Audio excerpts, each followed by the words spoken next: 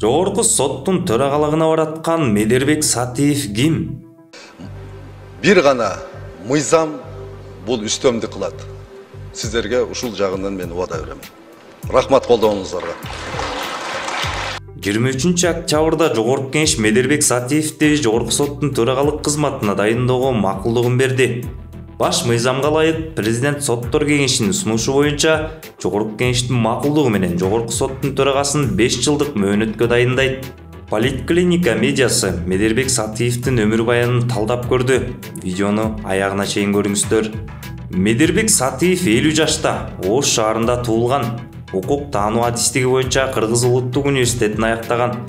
Эмгек жолун 1995 жылы Ош облустук сот департамент бөлүмүнөн баштаган. 2005-2013 жылдар аралыгында райондук, облустук жана шаардык соттордо судья болуп иштеген.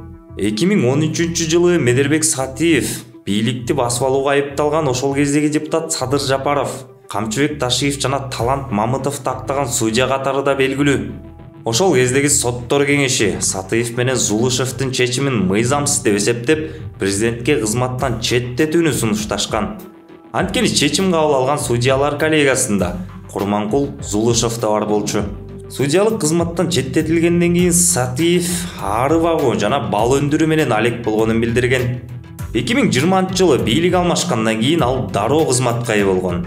Тагыраагы президенттин аппаратында аппарат жетекчисинин биринчи орун басары болуп дайындалган.